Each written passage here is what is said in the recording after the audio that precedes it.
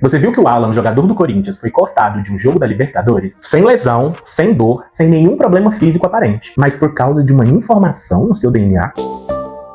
Oiê, eu sou o Victor, seu pesquisador e comunicador científico, aqui no Genial. E esse é o Plantão Genial, onde eu te trago as notícias mais quentes da genética e da biologia molecular em vídeos curtos, de pouco mais de 1 minuto. Já aviso que esse é longo. A notícia de hoje vem do futebol. O jogador Alan, do Corinthians, foi cortado da viagem para Bogotá, na Colômbia. A cidade fica a mais de 2.600 metros de altitude. Menos oxigênio disponível no ar, mais exigência para o corpo. E o motivo da decisão? Ele tem traço falciforme. Você já ouviu falar? Se não, vamos dar um passo atrás, rapidão, porque no seu sangue existem células chamadas hemácias. Elas carregam oxigênio pelo corpo usando uma proteína chamada hemoglobina. A hemoglobina tem 4 partes, sendo que 2 delas, as beta-globinas, são produzidas a partir do gene HBB. Se esse gene está alterado, a proteína pode acabar sendo diferente da original. Uma dessas versões é a hemoglobina S, que está por trás das chamadas doenças falciformes. Doença falciforme não é uma coisa só, é um grupo de condições genéticas ligadas à hemoglobina S. A anemia falciforme é uma delas. Ela se manifesta quando a pessoa tem 2 cópias do gene HBB com essa alteração,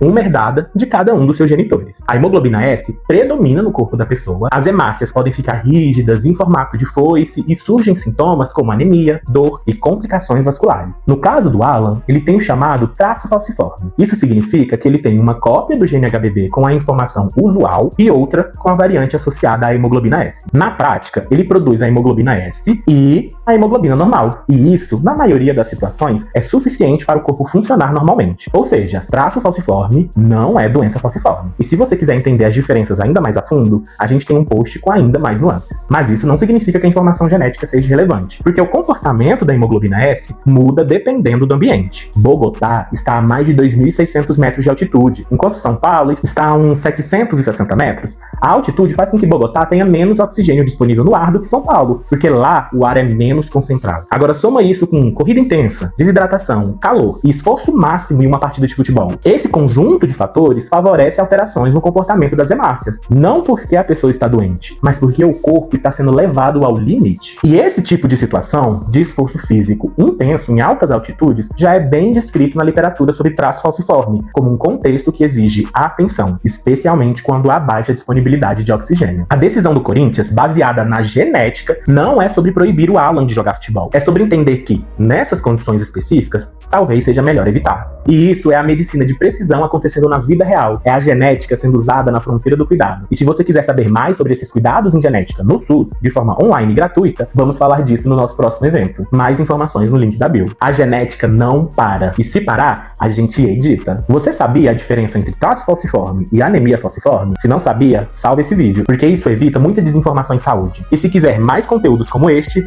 segue o @genial.ciência para entender o que está por trás das decisões mais importantes da ciência hoje. Até o próximo plantão.